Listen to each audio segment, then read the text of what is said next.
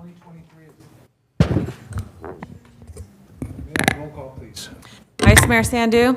Here. Councilmember Papineau. Here. Councilmember Farmer. Here. Councilmember Lozano. Here. Mayor Vandenberg. Here. Next, we'll have the silent prayer followed by the flag salute. If you'd please join me.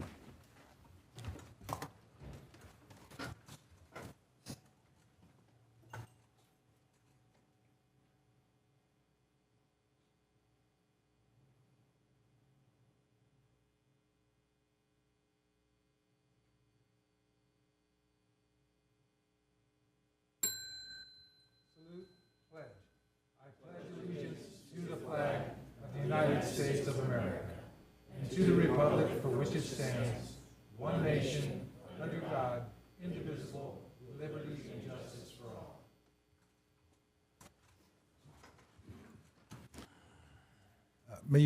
Madam Clerk, would you read the replay statement, please? This meeting of the Galt City Council will be cablecast on Metro Cable 14, the local government affairs channel, on the Comcast Consolidated Communications and AT&T Uverse cable systems.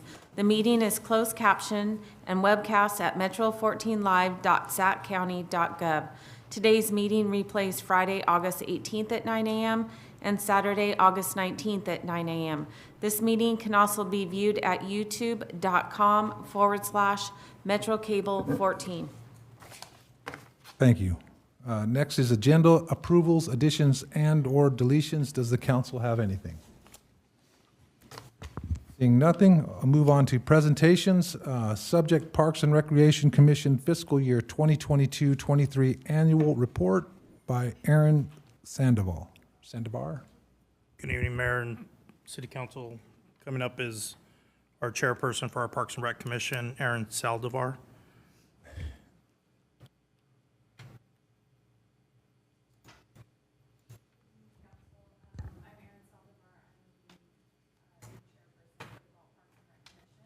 And I work alongside my commissioners, Ernie Cason Jr., Carrie Graham, John McNamara, and Chris Smith.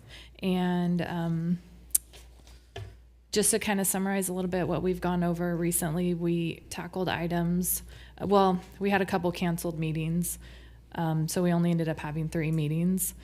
A brief overview of those. September 14th, we had the special meeting where we discussed the Aquatic Center update, landscape maintenance service, levels update, park playground update, Walker Park update, and Measure Q. In November, the Galt University presentation, and in March, which was our most recent one, we did the field use priority order. The next fiscal year, we're going to go over recommendations for Measure Q funding and the field priorities, which we're going to hold off on discussing that until March because we implemented some new things and we're going to see how that works out for them. So that's about it. Is there any questions or anything? No. Council? Mr. Farmer? Trying to turn my mic on. Congratulations on your appointment. And I know you guys missed some meetings because we had some of the committee members had some family things and stuff. So it's unfortunate. I would just thank you for what you guys do. As I told you last time we spoke, I really look at your guys' commission as taking a really new and important role, I think, compared to what it was in the past, basically because of Measure Q being in place. So I would encourage you guys to be a sounding board for the community on all things Parks and Rec, and by means bring those to your council members to this meeting, to public comment or whatever, whenever possible, so we can get that feedback. Because Measure Q is going to really change the community, I think, over the next few years and a decade. So we want you guys to play an important role in that. Yeah, we're looking forward to it. We have, our last meeting was really, really good. There was a lot of people who showed up to discuss what was going on with field priority, and that was really the best meeting I've been in attendance of so far. It was nice to all communicate up in our commission board and bounce ideas off of each other and then come up with a solution that we thought would work. There was some compromising and things, and it just went really well. Okay. Well, good to hear. Yeah. So thank you, Aaron. Okay, thank you. Councilman Lozano? Ms. Saldivar, I just wanted to say thank you for your service on the commission and what you do as the chair this year. Mr. Solis, is it possible to have one or two of the members from the commission as part of the outreach that we do to the community in a formal sense in terms of a park master plan, so that we know what we're spending Measure Q money on? Can they be involved in that process? I plan on the whole commission being involved in that and providing recommendations to the city council. Okay. So they'll be involved in every aspect of everything that you guys see. Okay, I just wanted to make sure that we weren't missing that piece, because they are a very valuable piece of it, and I know the makeup is pretty diverse, and so I think it's really representative of our community, both in the recreation world and the parks world. So, thank you. Thank you, sir. No one else? Okay, thank you. Thank you. Madam Clerk, would you read the public comment statement, please? Under Government Code Section 54954.3, members of the public may address the city council on non-agenda items. The public comment section is for the city council to receive comments. Except for brief responses to questions, no discussion or action may be taken on any item that is not listed on the agenda. Please limit comments to a maximum of 5 minutes.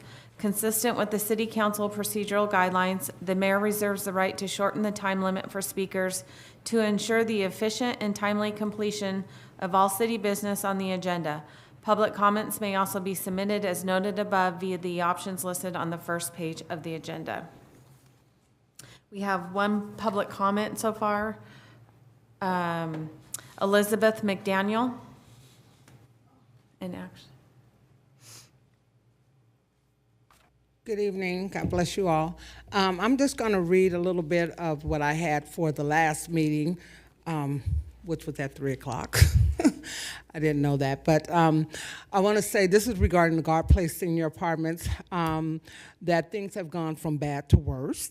There's maggots all outside crawling around the garbage area. They have unqualified maintenance staff. We were out of hot water for about a whole week, and it was really bad. They've been giving out eviction notices at an alarming rate. Code enforcement should come out. Many have called, but to no avail. There's mold still in my toilet, and it's still unusable. I think that the county and state should be called in because there's a lot of senior abuse there. And also,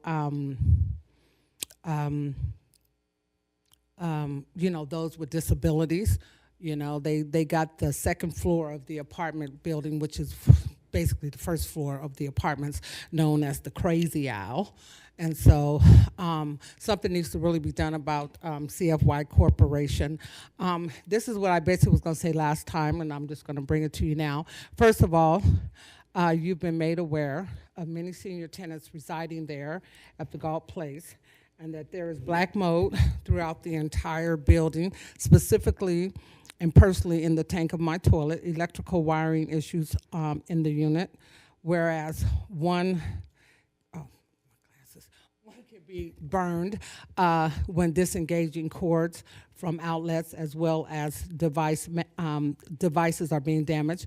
So you are also aware of the fact that I had a neighbor who died from a yeast infection, given the fact my toilet still has mold in it, which is not able to utilize because of, I'm not able to utilize it because of it. I'm of full persuasion that it was due to the black mold in his toilet that he passed. How many more seniors will have to die due to the black mold issue that has fallen on deaf ears? In addition to the other pressures and Gestapo and disrespectful tactics of CFY Corporation owner Cyrus will continue to be allowed or tolerated by the City Council against the senior citizens of this community. More than likely, there was there was a vote for the corporation project to be operable in this city. Likewise, there should be a measure or vote of some sort to put in place that will not allow slumlords to continue to operate in your city. Isn't it a sad reality to know that the blood of these senior citizens will be on your hands if nothing's done? Although moving out is the first option, things have changed.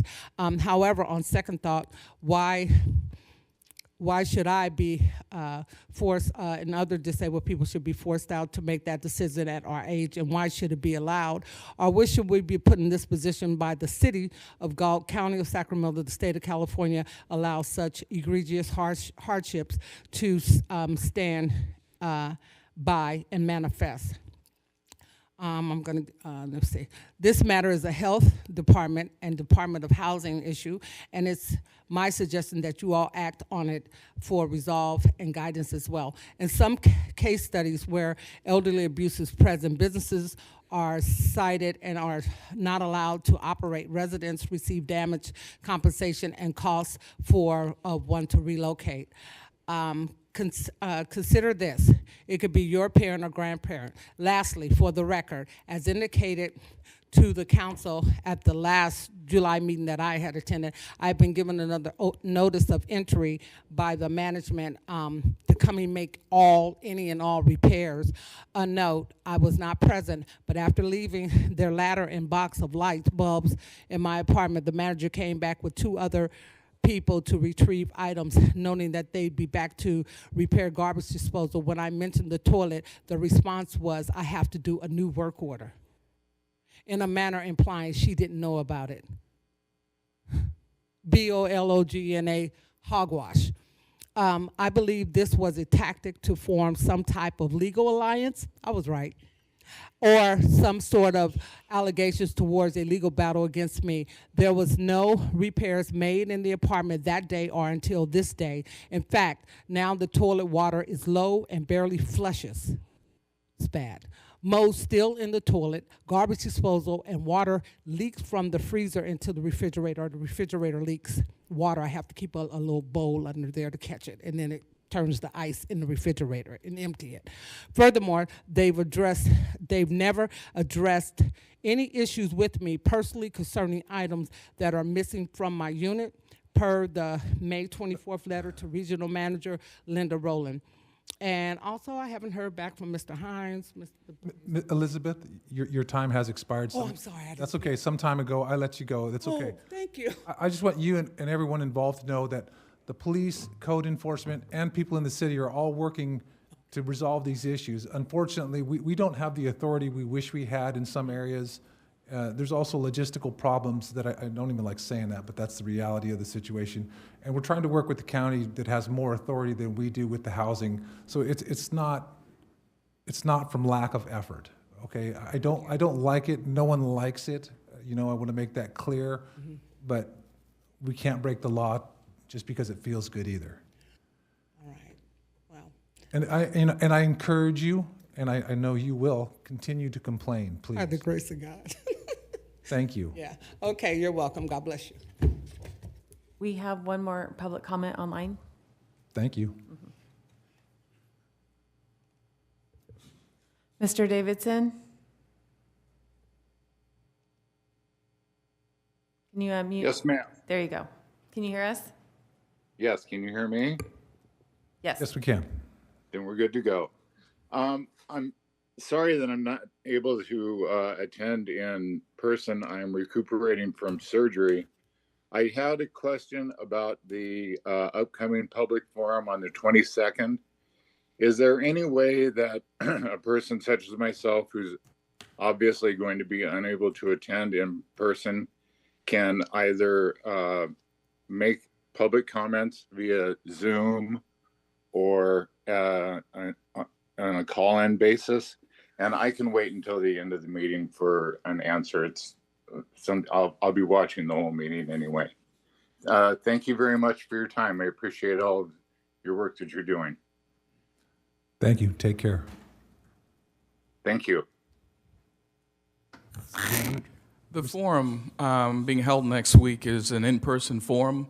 However, I will be giving council an update sometime during the month of September at a open council meeting, and the gentleman is welcome to call in at that time and give his opinion to the council on the topic. There are a variety of forms to watch this council meeting besides being in person. That is very astute. Yes.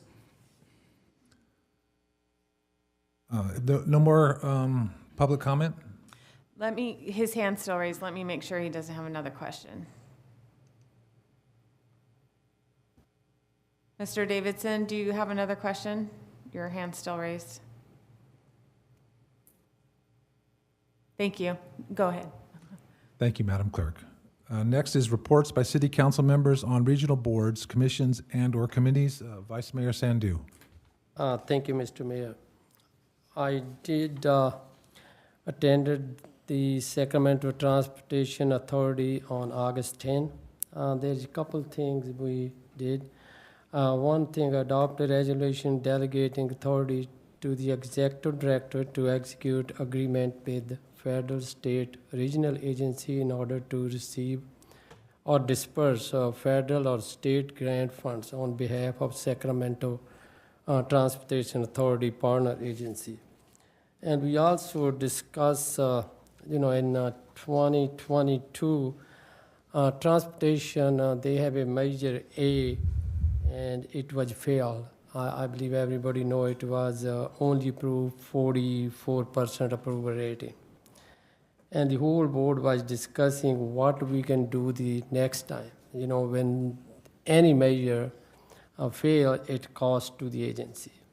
And Sacramento Transportation, they cost the money, and then they try to recoup from some of the Sacramento County, but it was not successful. So Sacramento Transportation Authority have to take whatever loss on this measure. And there was a few factors was on that. They was thinking what was the reason. One thing, lack of clear alignment with SACOG and MTP SCS. I believe next time that would the authority, board of authority try to do the better communication, whatever is in the future. There are also potential climate impact, a concern about equity and investment in underserved community. Same thing in Galt.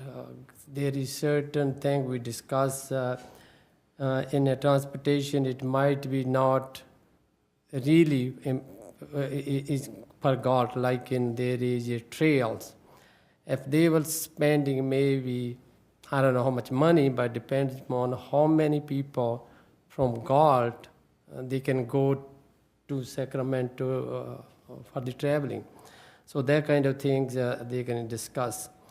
There was a opposition from a major newspaper. I think everybody maybe know from the Sacramento Bee, they oppose it. Taxpayer group, environmental group was a high inflation that time. Then inflation was high. I don't think so, nobody won. And then also competition with local sale tax measure. There's some other measure in Sacramento County, like for example in El Grove, and same thing with us. So that was the reason, and now we have, I think 7 people, they just picked up, they're gonna go. We'll see if they're gonna bring in 2024, be more careful, be a little bit different strategic plan. Thank you, that's it, Mr. Mayor. Thank you, Thank you, Vice Mayor Sandu. Mr. Pompano. Councilmember Farmer and I were at the CAST meeting last night, along with city manager. And a lot of things that we got updated on, really busy with the schools with the school year just getting started up. One highlight was the gratitude expressed by the high school district. The parking drop-off issue at Liberty Ranch was brought up at our last meeting, and they reported back at this meeting that they were extremely pleased it has been addressed successfully through working with the city, with Public Works, and with the police department. And there were a lot of other things that maybe Sean will want to highlight a few of those. That's all I have. Thank you, sir. Mr. Farmer. Yeah, as Councilmember Papanow said, it was a good meeting. I was looking forward to those meetings because I think, it's obviously really important that we work with our school district for the betterment of our kids and the city in general. Yeah, they did express a lot of gratitude about having that done so quickly, so thank you to Public Works for that. Unfortunately, they said they were still, even after many, many warnings and notices and stuff going home, they were still citing people, or PD had to end up citing some people, but I guess people learned the hard way. Some of the other things that I kind of took from the meeting that were highlights were, we talk about, one of our standing agenda items is school safety. So we talk about, any updates with safety, we just have a really good discussion about it. And I was very happy to hear some of the things that have been done recently and since the last meeting as well. I feel really good about the fact that we talk about that every time because you just never know. You can't let your guard down on stuff like that. And so they're still moving forward with other stuff. There's high hopes of getting hopefully a second SRO officer at some point, or an additional SRO officer to share costs with the city on at some point. So they mentioned that. And we got some enrollment information, which was actually kind of good. Apparently the elementary district enrollment's up like 40 students, which is contrary to predictions that it would be down. However, the high school district is down 150 students this year, so was expected actually. So things continue to be different and weird in this post-COVID world. There was a lot of talk about mental, and a big uptick, I guess, in like the need for counselors for children still kind of coming out of distance learning and all this kinds of stuff. So that's a big concern. And overall, that was the things that I mostly took from it. So it was a good meeting and enjoyed it. So that's all I have, Mr. Mayor. Thank you. Interesting report. Mr. Lozano. Yeah, two things to report on. One, I attended the Land Use and Natural Resources Committee meeting for SACOG. We only had one action item, and it was an action item to clean up some grant funding between the City of Sacramento and Regional Transit. Otherwise, there were some informational items. One that I found a little interesting was the city staff from the City of Yuba City talked about bringing infill residential development to Yuba City and what they were doing in terms of some of their development policies and policies for codes and connections and ADUs and just a bunch of stuff, making it a little easier for people to look at a piece of property that is an infill development for residential and or commercial, and make it a little easier for them to fill in those properties. And then secondly, I attended the California League of Cities Sacramento Valley Division meeting, and it was in Lincoln, and I had the opportunity to tour the Gladding McBean plant, which is the plant that produces clay, those red clay pipes for sewer and such, and they do other things there as well. But it was pretty interesting. Other than being very hot that day, it was kind of neat to see that kind of a company still working in our region here after all these years, and there's still a need. And so other than that, there was elections of division officers for next year, and the president is going to be Heidi from Lincoln, and so it'll be a pretty good year next year. Looking forward to more activity in the Cal Cities regional participation and making sure that our region here isn't forgotten. So, and that's all I have. Thank you. Thank you, sir. I attended the Sacramento Homeless Policy meeting. In short, they've recently eased restrictions for housing it's better to have someone that has access to services and to help them than it is to just deny everyone. So that's a real general overview. They also have done a good job in increasing a number of spaces they have for individuals looking for help.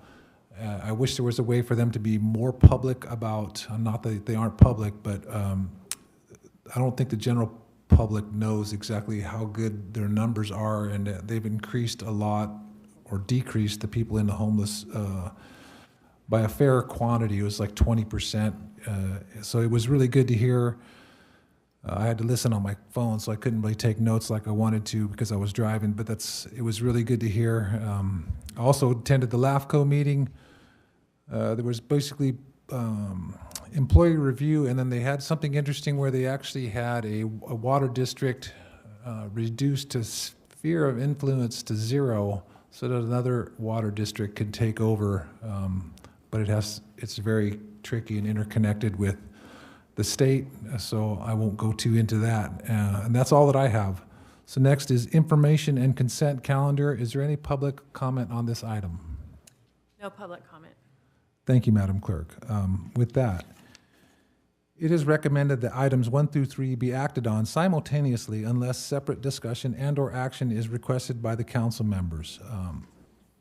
First is receive file warrants for period ending August 2nd, 2023, minutes of the special meeting of August 1st, 2023, and approval of development impact fees for credit agreement with CRV Investments LLC for Dry Creek Oaks subdivision. Does the city council have anything they would like to pull, discuss separately?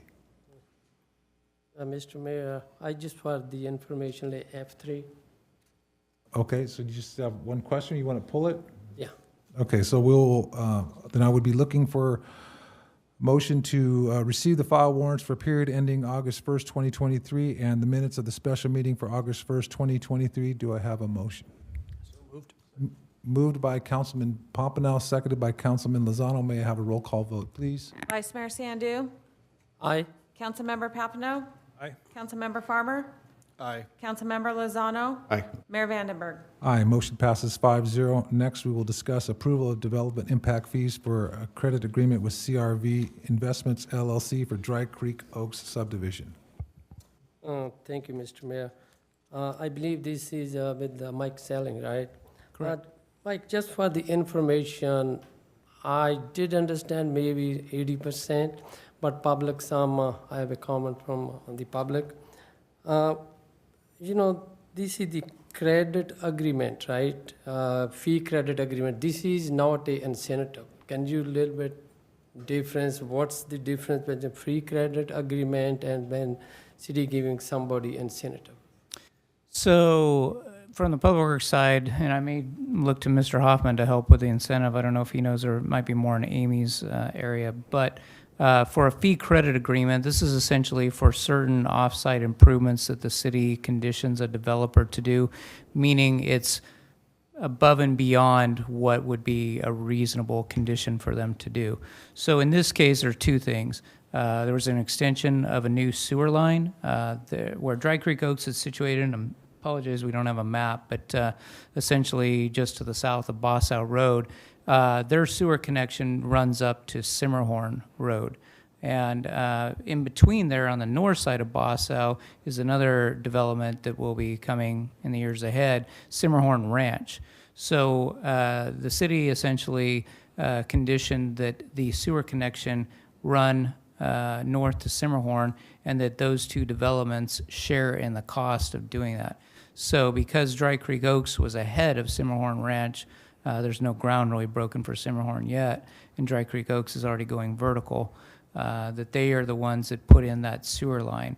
And so that is beyond their share, if you will, of the sewer line and into Simmerhorn Ranch's share. And so we give them a credit towards their fees for doing that work. And then the second piece of the credit agreement involves some additional paving where they made that sewer line connection into the existing sewer line on Simmerhorn. The Simmerhorn Road is in, not the greatest shape, I'll say. We've acquired that when we did the annexation from the county. And because of that, we took the opportunity to ask them to do some additional paving, kind of repair some of the, more in need areas, if you will. And so we are essentially giving them a credit towards that additional work to be applied toward their transportation circulation fees. So there's respective fees for the sewer and then the transportation. To get to the incentive agreement, that would, and maybe even the city manager, I don't know. I mean, those are things that are usually a city or a county will want some, typically commercial business or whatnot to locate in their, in their city or county. And so they will offer various things to incentivize that business to come locate there. It might be tax breaks or things like that. So that's my rudimentary understanding of an incentive agreement. So thank you. My next, I like to information. So that's mean that that company, CRV, they did all the sewer line, I think from Simmerhorn all the way down to Boss Road, right? Correct. And is that sewer line is done? It is at this point, yes. Okay, so that's mean this sewer line, whatever the house is in the on Boss Road, they already the sewer go through that line, right? So we've given them a certain number of permits to date per the agreement. They have certain conditions that they have to meet, and we've worked out as to when they will get more permits for more homes as they meet those conditions. So I think they're around 30 or so, Craig? Yeah, 30 is what we've allowed them up to this point. So that's mean this development, they use money in front, and now we're gonna give them a credit back because we're gonna get from the other developer, right? Yeah, what this simply means is we've calculated what their fees are, and so they will get a reduction in those fees because of this work that they've done, so. Well, thank you. Uh-huh. Thank you, Mike, for clarification. Mr. Mayor, I have a question about this. Go ahead, Councilman Farmer. Yeah, thanks to the Vice Mayor for pulling this, because I actually want some clarification too. So thank you for the explanation, Mike. It makes sense. Just to finish off that, makes sense to have them do it while they're already digging the ground, whatever. Are we going to recapture some of those fees from the Simmerhorn Ranch developer when it comes time for them to move forward in their project? Because there will be fees to them for the sewer work, right? Right, so the Simmerhorn Ranch, they will pay their proportionate share of fees too. So we will recoup some of that back, whatever the discount from the money is. Essentially, yeah, between the two, they're paying for it, yeah. There's no impact to the city as far as paying for the sewer piece. So then I'm confused on the incentive. That part made perfect sense. I just didn't quite understand where the incentive part comes into play. What is that, and how does that relate to what you just described? So there's no incentive on this agreement. That's just something else that can be done from time to time. Okay, right. I Like thought you meant there was usually some- you'll okay. see it big with like an Amazon or a Costco or something like that, where a city or a county wants them to come in, so they'll give them certain tax breaks or things like that in order to incentivize them to come. So- Right, which we did like in our infill program that we started. Correct. So it was just mentioned in the staff report, which is why it came up. It doesn't have nothing to do with exact what you're talking about with the work, with Okay. with the sewer work, right? Correct. Okay. All right, that's the only thing I had. Thank you, Mike. Thank you, sir. Anyone else? With that, I would be looking for a motion to approve the development impact fees credit agreement with CRV Investments LLC for the Dry Creek Oaks subdivision. True. So moved by the vice mayor, seconded by the mayor. May I have a roll call vote, please? Vice Mayor Sandu? Aye. Councilmember Papineau? Aye. Councilmember Farmer? Aye. Councilmember Lozano? Aye. Mayor Vandenberg? Aye, motion passes 5-0.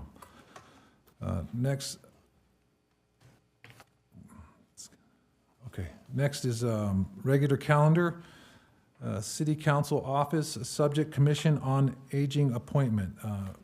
Agenda report by Ms. Hubbard. So Mayor Vandenberg is to appoint a community member to the Commission on Aging to fill a vacant position with a term ending December 2024. The city clerk's office posted the vacancy on social media and on the city's website. One application was received from Robert Ballet, who meets the required qualifications, and the vacancy is due to the resignation of previous Commissioner Andrea Johnson. Thank you, Madam Clerk. So we all know Robert Ballet. He is quite qualified, experienced in all the areas we hope for. I think to summarize, he took a vacation and he is looking forward to getting back to work. So with that, I would be pleased to appoint Mr. Ballet to the Commission on Aging. Can I make a comment real quick, Mr. Mayor? Go ahead, sir. First of all, just thank you, Bob. And just to summarize this, Bob resigned. Then we had a vacancy by Miss Johnson. We reappointed to fill Bob's seat with Joan Werblin. And then when Andrea resigned, Bob reapplied and he's backfilling her spot. So there's a lot of musical chairs going on right there. But thank you, Bob. Honestly, the commission wouldn't be the same without you. So I appreciate you. Thank you. Okay. Thank you. Okay, Skids. Next is Public Works, subject Corporation Yard Improvement Project additions and capital improvement programs. Report by Mr. Sellings.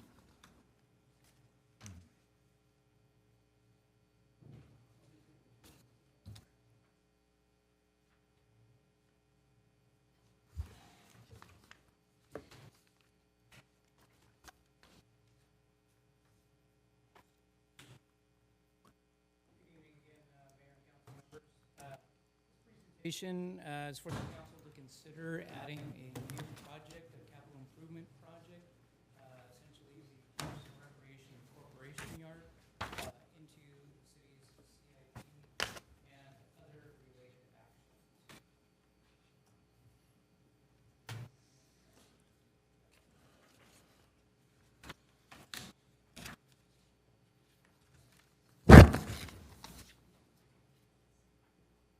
This map shows the location of the corporation yard, which is just south of the intersection of Industrial, Elm, and Amnor.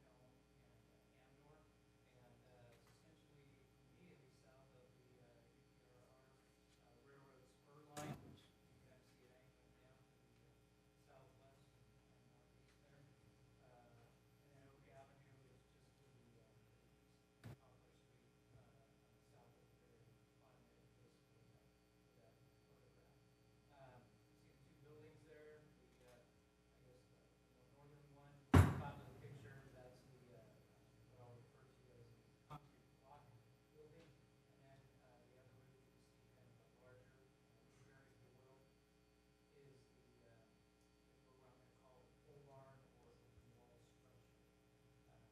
There's a green line on this map, which I'll get into a little bit later, but essentially what that is, hopefully, noting is the city owns that parcel where the green line is, the south of the corporation yard. And so with this proposed project, we would be, hoping to essentially move that parcel line about 30 feet south, just to provide a row of parking there along the back side of the corporation yard.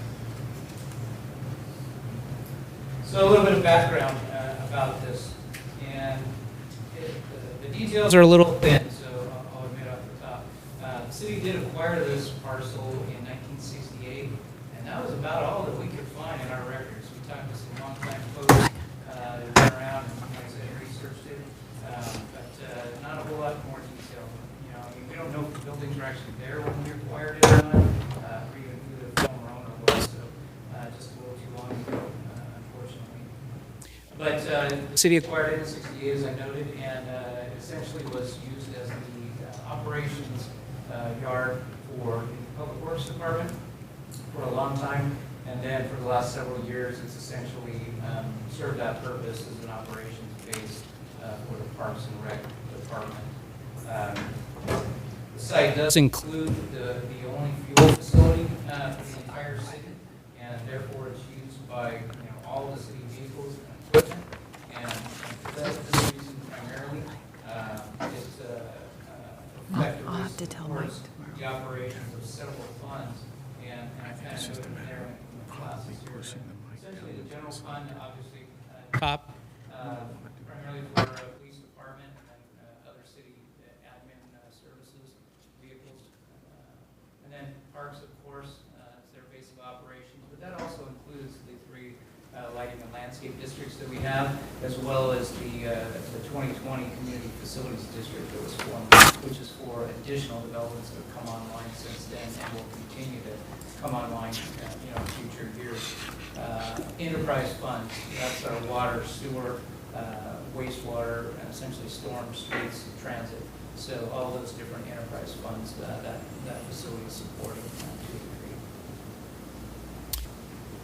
And then to the existing conditions. And, as far as the site conditions go, I'll go through this, and I know you all had an opportunity to see this firsthand when we did some field visits and toured the site. But, first off, where it exists, the pavement's in poor condition. There's several areas that are potholed, uneven. Other areas where there isn't pavement, there are gravel, and even in some cases, there's native ground or dirt. There's no drainage system out at the site at all. And that's led to occasionally during wet weather seasons, transit vehicles primarily, but an occasional vehicle getting stuck out there. And so that's obviously a deficiency. There's a shortage of parking. We've got some pictures here that will hopefully demonstrate that to some degree. So a lot of the staff, and Armando can probably speak to this better, but I've seen it myself. You go over there during the day and the crews are full. There's several cars that are even parked outside the fence along the railroad right-of-way, which is not a good thing. I think the railroad has probably expressed some dismay to that situation. So, and that's obviously going to get worse as they staff up. I think you got 12 or 14 positions. Is what I think I remember. So anyway, that's going to get worse with more folks working there and their vehicles. The open wall pole barn. That structure is in poor condition. I've got some photos that I'll show you here in a bit. We've had a couple contractors come out to take a look at it, and they've kind of said, like, yeah, I'm not interested in it. And primarily what it is, it's all timber construction, old timber. There's a lot of cracking, checking, what we call, splitting of it. There's a lot of dry rot and stuff, and there's staining on it from water leaks in the roof and whatnot.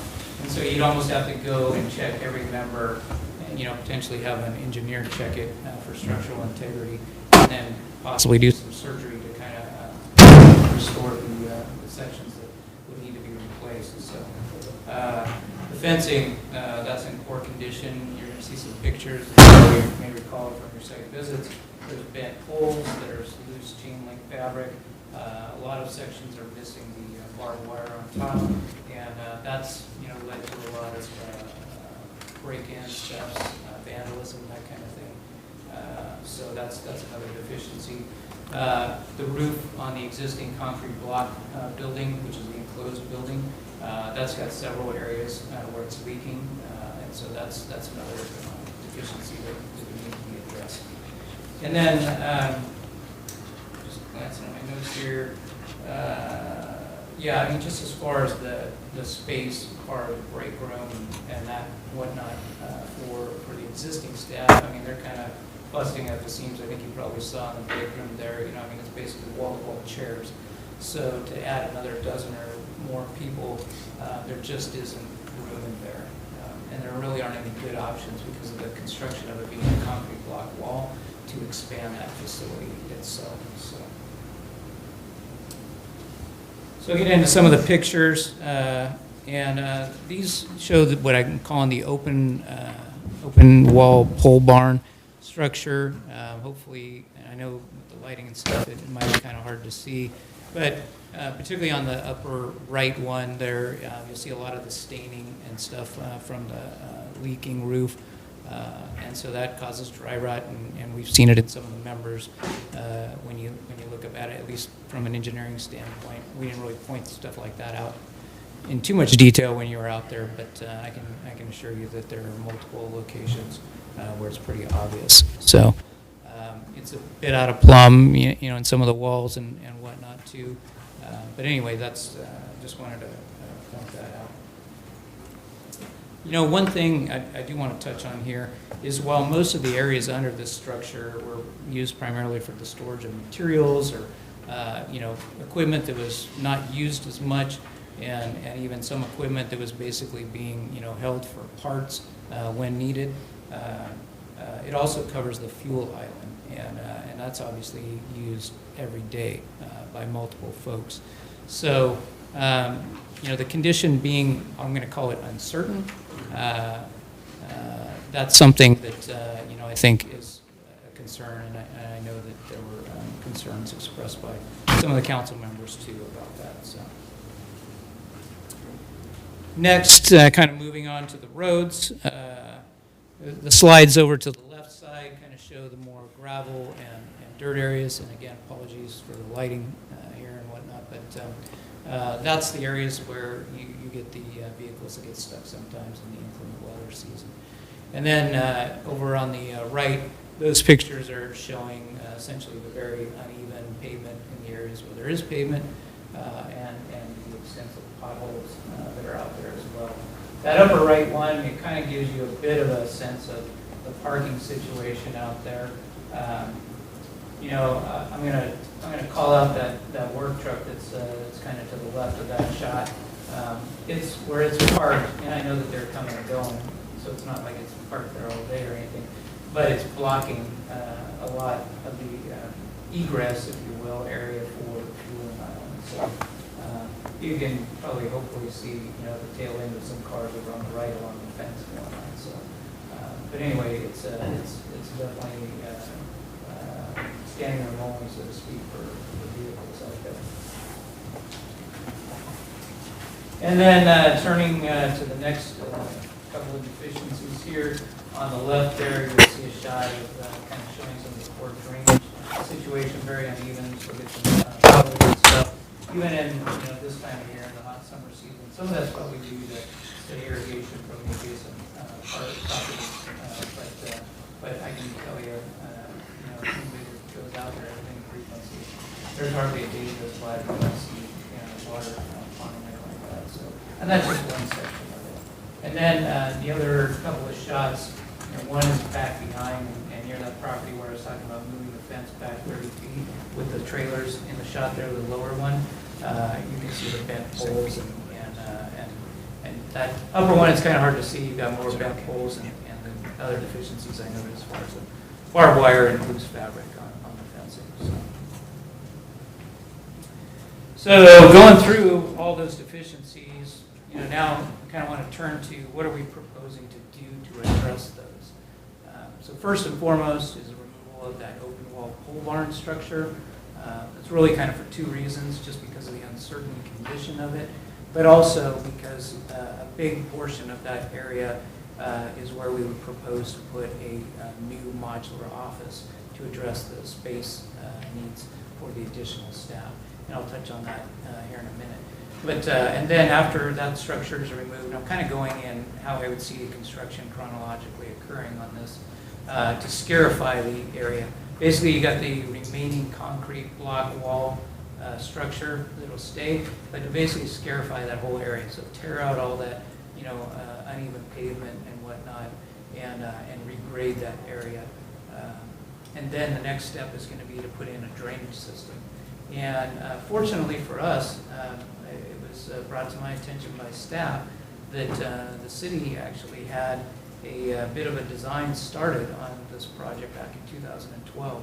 So we have some plans that I think we can work with and hopefully, you know, help expedite the process and maybe even save a little money too. But to put in a proper drainage system for the site, it doesn't have anything right now. So water ponds wherever it ponds, and water is essentially, being a roads guy, is the #1 enemy of infrastructure. So putting in that drainage system will pay dividends for the city, you know, for decades to come, essentially by increasing the lifespan of the facilities. And then placing base rock and pave the perimeter roadway and parking areas. And then replacing the perimeter fence, and that includes the access gate. A new canopy for the fuel island is also included in what we've estimated here, because if we're removing that pole barn structure, we should have some kind of an all-weather, canopy over the fuel island. So I didn't really note it here, but there's also some exterior lighting. I mean, it's a very small item. It's kind of why it's not really getting its own bullet, but there's some exterior lighting involved. And then repairing the localized areas on the concrete block roof where the leaks are occurring. We're not talking about a full roof replacement by any stretch, but just some, you know, kind of specific locations where we know that there's issues. So. And then lastly, as I kind of touched on a little bit, was the big ticket item in this whole thing is a new modular office trailer. And again, that will serve the space needs for the staff, bathrooms, offices for the lead folks, and then kind of a break area and slash conference room training area for staff. And so with that, staff's recommendation to the council is to approve the addition of the Parks and Recreation Corporation Yard Improvement Project in the 23-24 Capital Improvement Program with a construction budget of $1.5 million with proportionate funding from various supportive funds as determined. Next, to authorize the initial appropriation of $550,000 from Fund 1 for the project development and modular office deposit. Basically, I'll break that down into a few things. That 550 breaks down like this. $50,000 essentially for the project, startup. There's a $300,000 deposit that talking to a couple of these vendors who do these modular offices, they're basically require a 75% deposit. The estimate they gave us was about $370,000 on that modular office trailer. So we're estimating about $300,000 for that. And then $200,000 is essentially to get an engineering consultant on board to take those plans that we have and bring it to a full set of construction documents that we can then put out for bid. So in light of that, to authorize the city manager to execute a professional services contract or contracts as may be needed within that initial appropriation amount, and that's roughly that $200,000. And then lastly, to authorize the Public Works Department to prepare project construction documents. The way I would see this is we would get the documents all ready to go. We would know what the funding cost split is going to be, i.e. how much Fund 1 share is versus every other fund that I listed there, and then come to the council probably later this fall, perhaps shortly after the holidays would be the latest I would hope to, but in that probably December, January timeframe I would expect. Request the appropriation based on a refined engineer's estimate. At that point, what that cost split would be. Assuming the council is on board with that, I'm going to go ahead and advertise the project and put it out for bid. So with that, I'll stop, and I think we're available, Armando and myself, and the city manager, for any questions the council may have. Thank you, Mr. Selling. Any questions from the council? Mr. Farmer? Mr. Lozano? I'll just ask a couple questions, and I'll let one of my colleagues go. So if I'm understanding the staff report, well, first of all, thanks for the field trip. We did a field trip out there. I'm assuming we all did separately to take a look at the, firsthand the building and what was discussed and everything. So just a couple of my questions are, the staff report basically says that there's no exact, the cost will be dispersed evenly amongst a plethora of different funds here, but that dispersal has not been decided exactly yet. Is that correct? Correct. Yeah, we did not want to go through the finance. Probably is more like it, Matt and his team through the effort without getting a green light first from council. Because they're gonna be looking at how many vehicles are in each fund, that kind of thing, how many employees. Yes. On how we might attack it and determine what that breakdown is. But yeah, that would need to be determined. So just for the public, so for those of you understanding, this building is mainly housing, when people think Parks and Rec, they always think of the building up by the pool. So that's the Parks and Rec office, but this is really the main center for like the landscape crews for all their mowers and I seen like a lot of all our things like the Parks and Rec, like Christmas decor, like all kinds of stuff. It's all stored there. There's a lot of things I didn't realize how much was actually there. I hadn't been there in a while till I went over there, but just so the public knows what this building is. Is it, so basically what you're asking for tonight is for us to approve the moving forward of this project, and then you'll come back to council for for approval of the dispersal of the funds as you guys come up with them at a later time of what do you think they'll be? So, yeah, yes, with a clarification, we are asking for an appropriation. For the deposit, right? So with that, so how much is the office? So that's the 300 and something, that's the deposit on the office trailer? How big is the office trailer? Like how many square feet? So it's the exact same size as the one out at the market grounds. So it's a 3 wide trailer, 60 feet long, and I believe it is 36 feet wide. So 2,200 square feet? Does that sound about right? Wow, okay. Well, I guess that's right. I was just looking up the average cost to build a house in California. It says $300 per square feet, so that would be $648,000. So I just didn't realize it costs so much to build per square feet nowadays. It's crazy. That's nuts. Yeah. All right, that's all the questions I have right now. I do have a couple others, but I'm going to let my colleagues go. Thank you. Thank you. Mr. Lozano? Yeah, I want to thank you all for bringing us out there and showing us the facility. And just for public notice, I was one of the council members that was not real happy with the conditions out there. And so I think, you know, for no significant improvements to be done from 1968, or we can't even really figure out whether we did significant improvements out there. My guess is that we haven't. I have a couple of questions, but one, I just want to ask the question again, and I think you answered it already. There is no drainage out there, so it's like a county, kind of being out in the county where there's just culverts and things like that. But this is the location where all of our city employees, regardless of department, who drive vehicles that are city-owned vehicles, go to get fuel, as well as the transit agency that we contract with. They use that for fuel as well, correct? Yeah. Okay. And so I have a concern of, you know, standing water out there constantly. And I know that there were some issues this last spring or last fall when we had the flooding. I would just ask that in the interim, until something can be done out there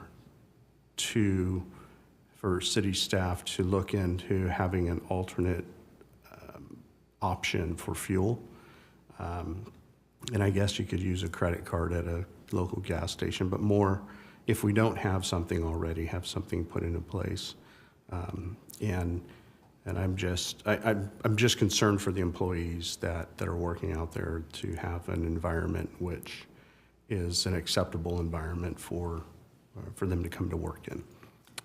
Yeah, to answer that question, Councilmember, you have a contract in place with a fuel vendor. So Okay. city employees have an alternate. If pumps go down or something like that, then they have an alternate means. PD, dead in the road. Sure. Understood. I have some other questions, but I'd like to hear from the public as well as my colleagues. Mr. Vice Mayor. Thank you, Mayor. First of all, thank you for the staff to bringing this to the council. You know, I did visit that site. Certainly need that site to improvement. There is an employee, if they're staying over there, that building is not to stay. Just my kind of the information, the projected cost on this project is 1.7, look like a 1.7 million, right? And that's a projected cost. How you guys figure out the projected cost in-house, or you guys call somebody? Well, I know exact cost can be when you have a building plans. Basically, when you look at the project, nobody can give you the exact, but how you guys do, and especially like engineering 250, can you give me the breakdown? Something, same thing, the breakdown on construction 1.3 million. what component is 1.3 million and what you include $250,000 as a estimate?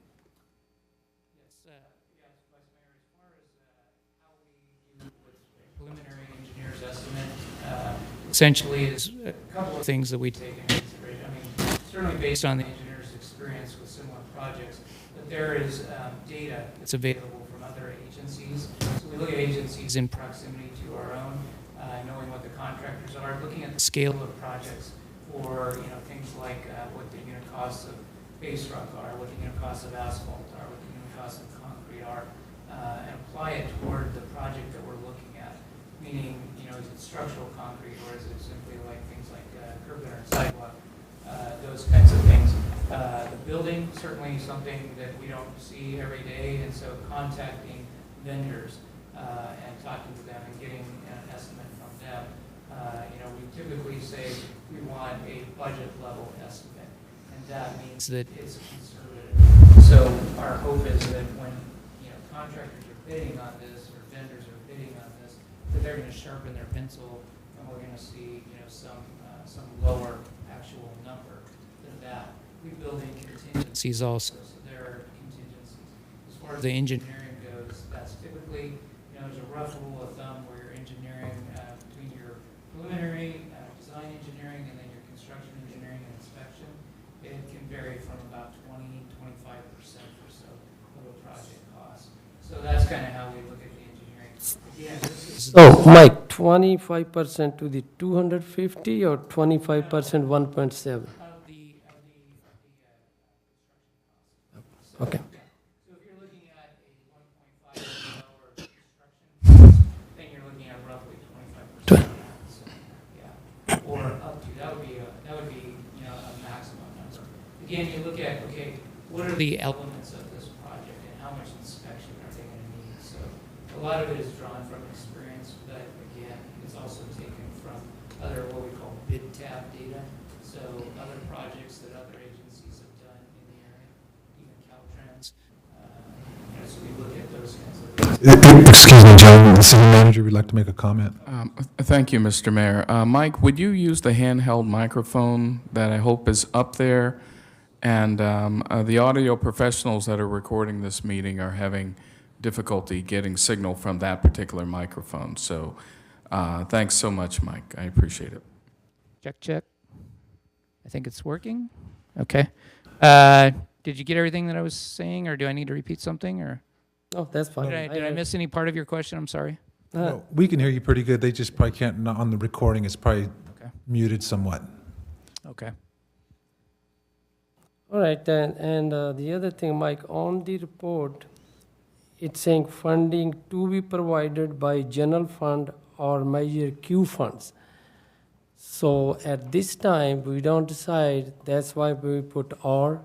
Is still, if we gonna use general fund or Measure Q, it's still gonna come back to the council, right? Absolutely, yes. We're simply just, putting that option out there. The council may direct, no, we want Measure Q to pay for other things, and so we want it to come out of general fund, or vice versa, or maybe some kind of cost split, if you will. But it's an option. So, and that's what we're kind of seeking to here is direction from the council if they have any preference or guidance in that matter. So, Thank you, Mike. Mr. Mayor, if I may, we are bringing this item before council because of a certain level of urgency. And that's why we've taken the approach that we've taken. We've all seen the conditions out there. When we were made aware of it, we're trying to take as immediate action as possible. And because I can tell you I'm personally concerned. And so this is why we've taken the approach we've taken. Thank you, sir. Mr. Vice Mayor, do you have any more questions? No, that's it. Madam Clerk, is there any public comment on this item? Is Phyllis Johnson?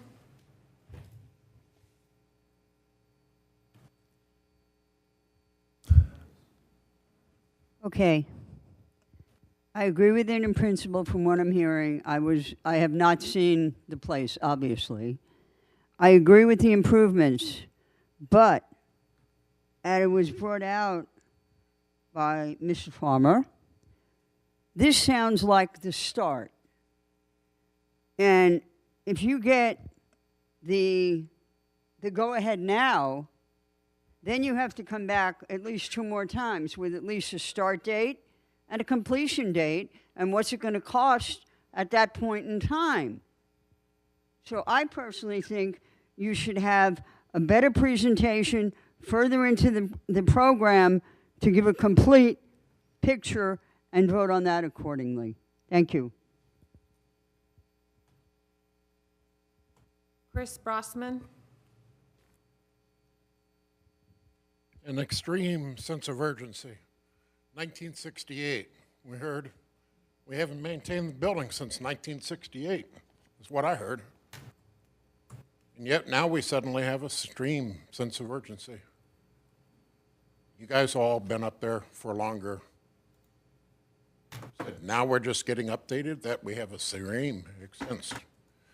I don't buy into extreme sense of urgency. If the pole barn needs to be torn down, the pole barn needs to be torn down. So be it. But our failure to maintain those buildings since 1968, the city needs to look at their maintenance plans for buildings by any extreme. My concern too is it's a possible can of worms. We've got fueling station. Great. I think the standards on fueling stations have changed a lot since 1968. Are we going to dig into that dirt and we're going to find out that it's contaminated and we're going to find out that we got something that we don't want to know?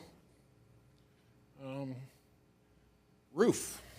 I heard, the concrete building needs spots on the roof.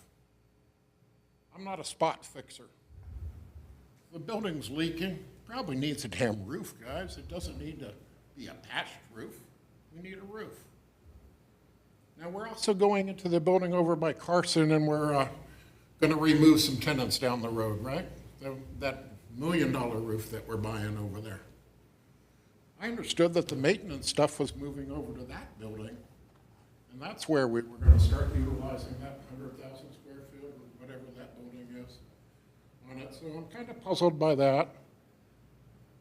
To me, Measure Q funds were passed so that our community would notice a difference in what our kids are seeing and what our community is seeing.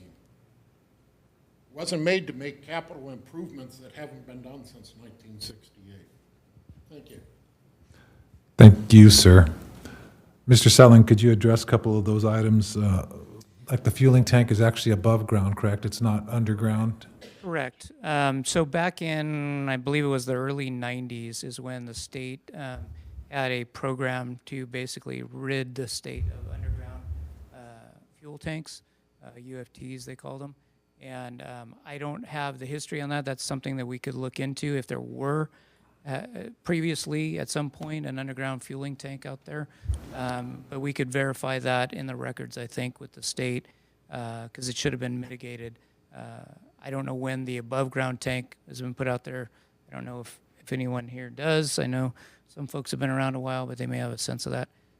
But yes, it was the early 90s when the underground storage tanks, fuel tanks were essentially eliminated statewide, unless they are double wall contained at gas stations or certain locations like that. So there are extra precautions, I guess, that were required for anything that would be underground after that time frame. So. Right. And could you address his question about the other building that we're going to re-roof? So yeah, there was a couple of things maybe. I guess I don't want to give the impression that we've done no maintenance. The city has done no maintenance on this facility since 1968. There's been no significant that we can tell, meaning major projects. Yes, we can see from out there that they've done some paving and patching at times, but it hasn't been anything what I would term significant. And like I said, those plans that we found from 2012, there was some effort at that point in time to do something out there. However, I wasn't here. I don't know the history as to why that didn't happen, but I know that it didn't happen. With regard to the roof, I don't disagree with Mr. Brossman. It would be, ideal to put an entire new roof on. It's just additional cost, and that's certainly something that, if the council directs such, then we can go back and look at what it would cost for an entire roof. Thank you. So could you, if the council approves everything, what would be your rough estimate of timeline from start to finish to be, for everything to be completed? Yeah, thank you. That's one thing that I missed in my presentation. I forgot to touch on. The reason that we were including the $300,000 as a 75% deposit on the modular office trailer now is the vendors are telling us it's about a 30-week build time. So that was in order to get them started on that, so we could, get some final pricing and then let that, if you will, under the city manager's authority that we're asking on this, to get that clock started, give them that deposit, get that clock started. So that means that trailer won't be here probably until May or so of next year, approximately. And so timing-wise, again, the way we look at this is to get a consultant under contract, probably, hopefully in the next 30 to 60 days. And that way we would avoid having to come back to council and lose some weeks there if the city manager's given that authority. And then we can get them going on that design, put it out to bid, like I say, in the early months of next calendar year, January, February timeframe, I would hope, and open bids. They're going to have to order some materials depending on weather, so they can hopefully start doing that site prep work ahead of that trailer arriving. Get the drainage system in, get the grading and whatnot done. And then when the trailer arrives, they can hook up the utilities to it, and we can hopefully, be completing the construction, I would say, in probably June, maybe July of next year. So not quite a year from now. It's a little faster than I anticipated, but that's not a bad thing. So part of my concern about this is that I feel like Measure Q will probably take a big hit on this item, good or bad. I guess that's for future decisions. But as far as the public goes, some will see it as the city spending money on themselves, but in reality, we can't expect the city to execute a no-excuse plan by our Parks and Rec department if they don't have any place legally to put employees.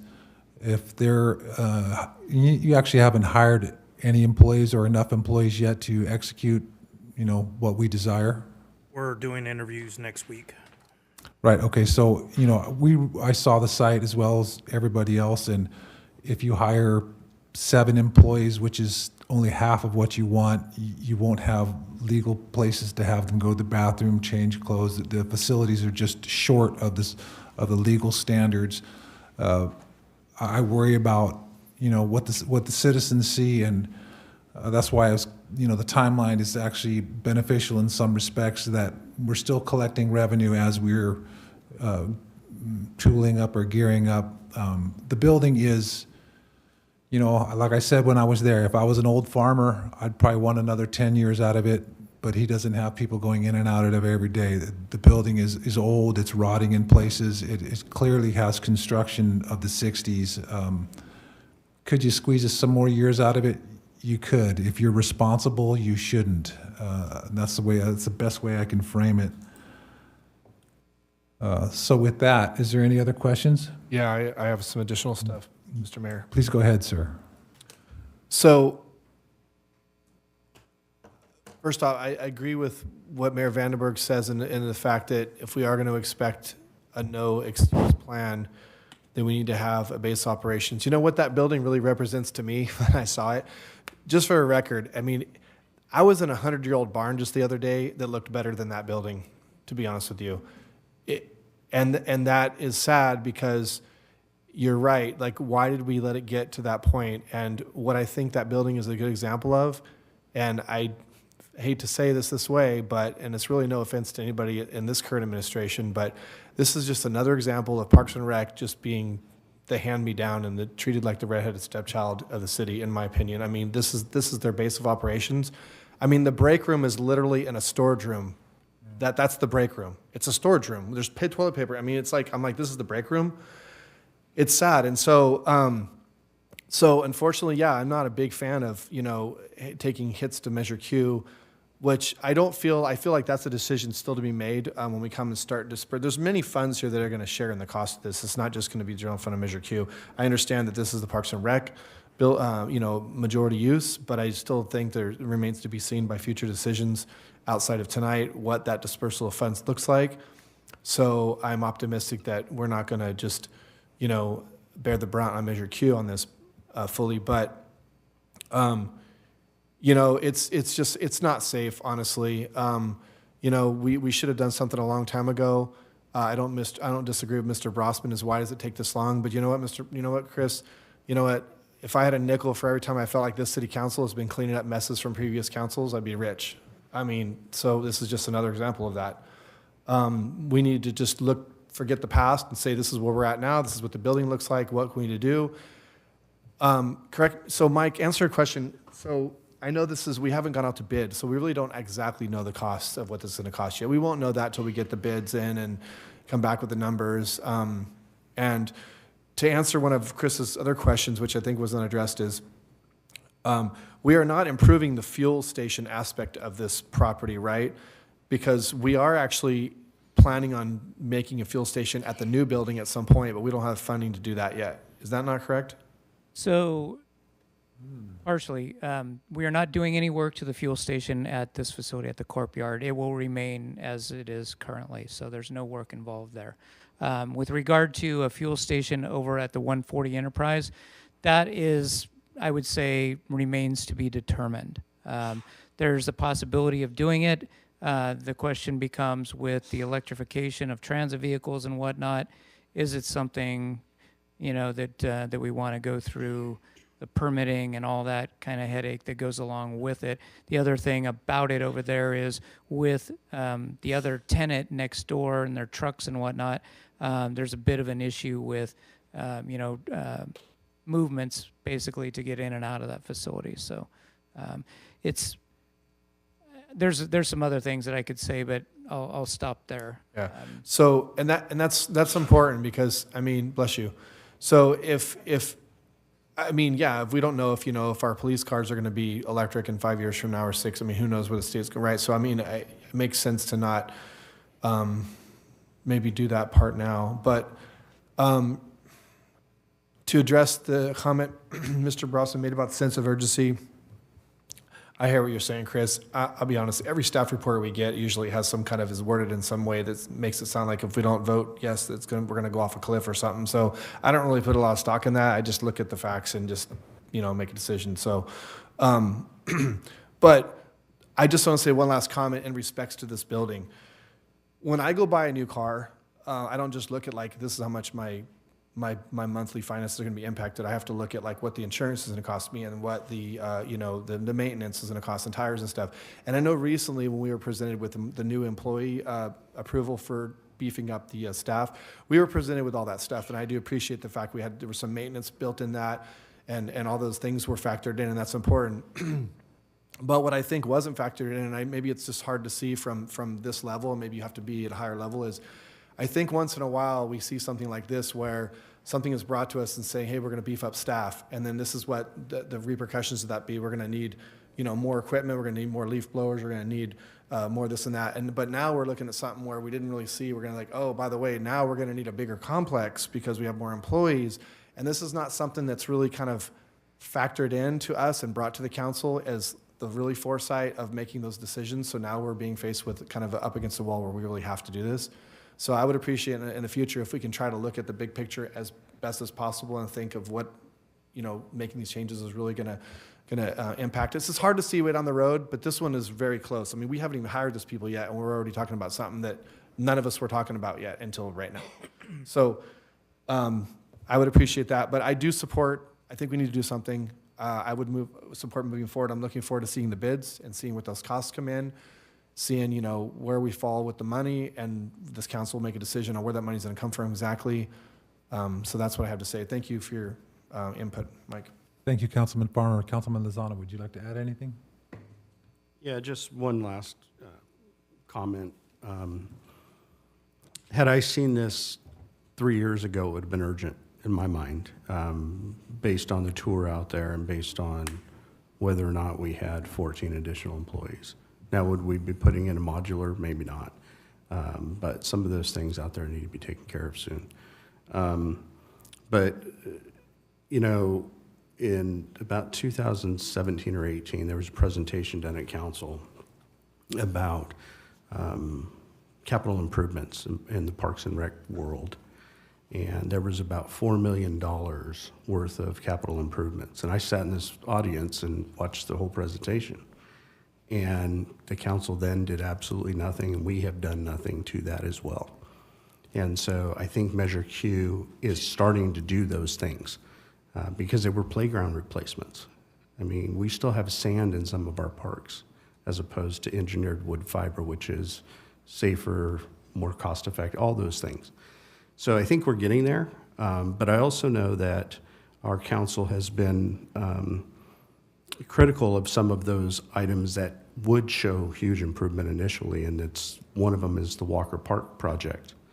And so I think as we move forward, we need to be very deliberate about what we're doing with Measure Q money, but we also really need to think about what that looks like in the future, and if we can afford it and it's the right thing to do, I think we need to start moving on it because, you know, like Councilmember Farmer said, we came onto this, three of us came onto this council when everything was kicked down the road. And you know, there are times where I make decisions that my friends aren't real happy with, but I'm willing to make it because it's the right thing to do. And so I suspect that was part of the reason why things weren't done. And so I agree, Chris, we need to do things that the community can see, and we're starting to do that, and I appreciate the work that's going on like right this second at Lake Canyon Park. That's being all redone. So we're getting there. But I think if you're all up to it tomorrow afternoon, come to our strategic planning meeting, and I think that input there would be very helpful as we move forward with all things city, but certainly in the area of Parks and Recreation. So that's all I have, and I'd be willing to support the staff's recommendation tonight as well. Thank you. Vice Mayor Sandu? Yeah, just only one more question, Mike. The only my concern is this project may be urgent, and I'm very careful about where the funds came from. I know it's not today, but it's fun, but I let everybody know where I'm coming from. Measure Q, we need to be very careful where we use it. If we start using most of the fund or CIP project, this is not the right way to Measure Q. That's the way I was not make a commitment with my citizen. Measure Q to have the service up. And I certainly will support that project. And I like to have in the future Measure Q, if we use the Measure Q, be a minimum whatever we can do, the funds to this project. Thank you. Thank you, sir. You know, I think in the past, often things like this yard were not addressed because of the tough decisions due to a lack of money. And now we're stuck with tough decisions because of I don't want to say an abundance of money, but because we have the opportunity of what we've done on this council. So it's no easier, but I'm glad we're doing it. So with that, I would be looking for a motion to adopt a resolution authorizing addition of the corporate yard improvement project to the capital improvement program, including a construction budget of $1.5 million for fiscal year 2023/2024, with funding provided potentially from various funds, authorizing the initial appropriations of $550,000 for Fund 01 for project development and modular office deposit. 3, authorizing the city manager to execute a contract with the initial appropriations amounts. And 4, authorizing the Public Works Department to prepare a project construction documents. I so moved by the mayor. Second. Seconded by Councilman Lozano. May I have a roll call vote, please? Vice Mayor Sandu? Aye. Councilmember Farmer? Yes. Councilmember Lozano? Aye. Mayor Vandenberg? Aye. Motion passes 4-0. With that, we move on to communications. None this evening. Thank you. City Clerk's report. And nothing. Comments by staff. Yes, I just wanted to start off by reminding everyone we have our third cannabis forum next Monday night at the Galt PD, starting at 6 o'clock. We're also looking for signups for folks who want to participate in the next iteration of Galt University. It is a 8-week course that goes over city operations. Every week is a conversation about each department. We'll start with the administrative office, and then we'll work our way all the way through CSD Fire. Of course, the highlight being the Galt PD, of course, on week 7. So, and I say that because I've got Captain Small across from me. So I just wanted to remind everyone of that. And I think the only staff member that has additional comments tonight are Director Armando Solis from our Parks and Recreation Department. Yes, Mayor and Council, I just want to inform you that the project at the Walker Park artificial turf field is going well. Should be completed by end of this month. We also started renovations of Community Park baseball field. We're resodding the infield of that area, and that will be closed through the first week of November. All right, and now we have additional comments from Director Mike Selling. Thank you, Lorenzo. Yeah, a few things. This is going to be hitting all the social media and everything pretty soon. I've got a few flyers here, but as far as the skate park goes, there's going to be a community input meeting on September 11th at 4:30 over at Chabola Center. There's a QR code here, and they're asking folks that are interested to fill out a survey. I think it's about a 15-question survey. I will warn you that there are some detailed questions in there that is like skateboarder ease. So you're going to see terms that are, probably foreign to anybody who's not an avid skateboarder. So the other thing about it is the company that we're working with to do this preliminary, work is American Ramp Company.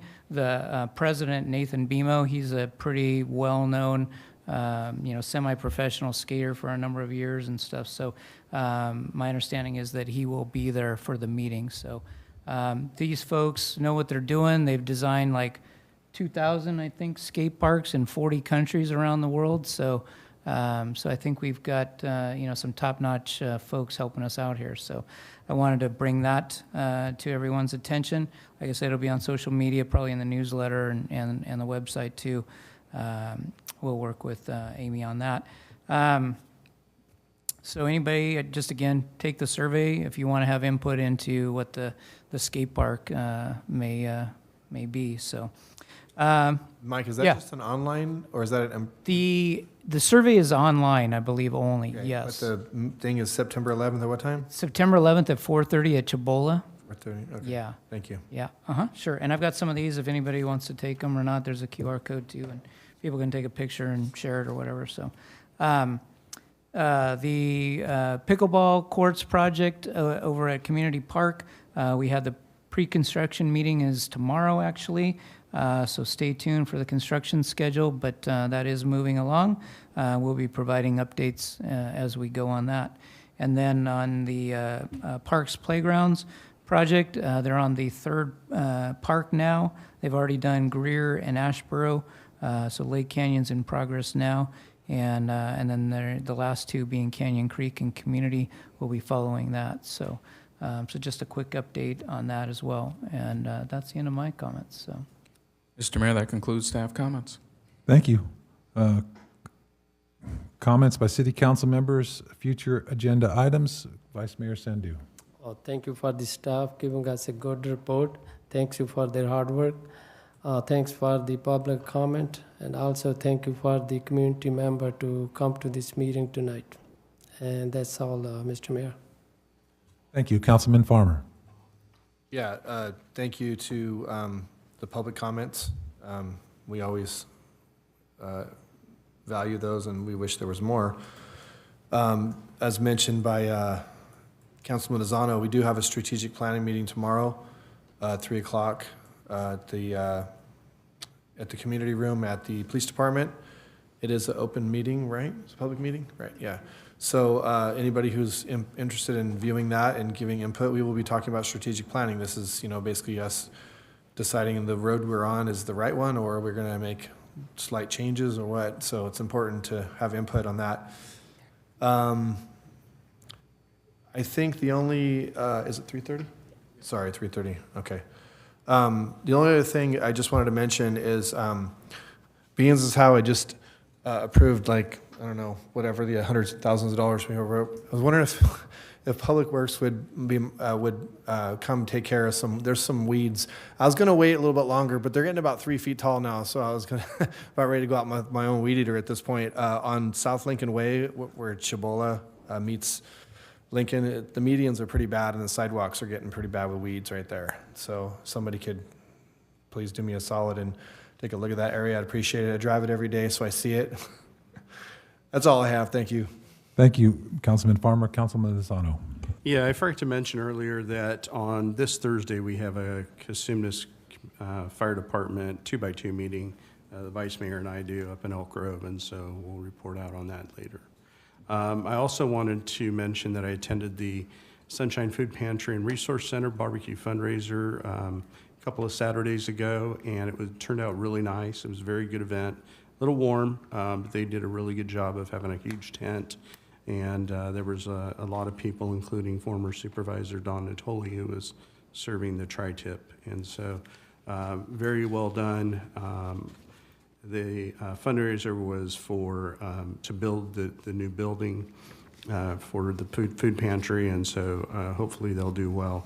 I also wanted to pass out a couple of flyers, not flyers, but certificates of appreciation to my colleagues. Mark King, who's our former Rotary president and active community member, purchased a brick for that building on behalf of the city council. And so he wanted me to pass out some certificates of appreciation and thanking us for our ongoing support of the community. And I'll give Kevin his tomorrow probably. But it's coming along, and they had all the bricks out for display, those who purchased them, and it was done very well. So I think that's all I have. Yep, that's it. Thank you, sir. Thank you for the updates on the pickleball and the skateboard park. That's kind of in line with, some of our concerns about Measure Q money being spent. So as an electrician, often the underground work is the most important, but the customer wants to see the lights go up first. So that's just human nature, and that's okay. Thank you for staff for the reports. I do appreciate it. Thank you for putting up with us. I know we all talk at length to put things in the public square. Everybody has different opinions about what should be out there so that the public can have a good grasp of what's going on. Thank you so much for public comment. I agree very much with Councilman Farmer that I wish there was more, and I think we all feel that way. I'm not sure if do me a solid is a skateboard term though, Mr. Farmer, so Could be. I'll have to look into that. Trying to be in character. And with that, I'd like to end the meeting at 7:28 p.m. Thank you.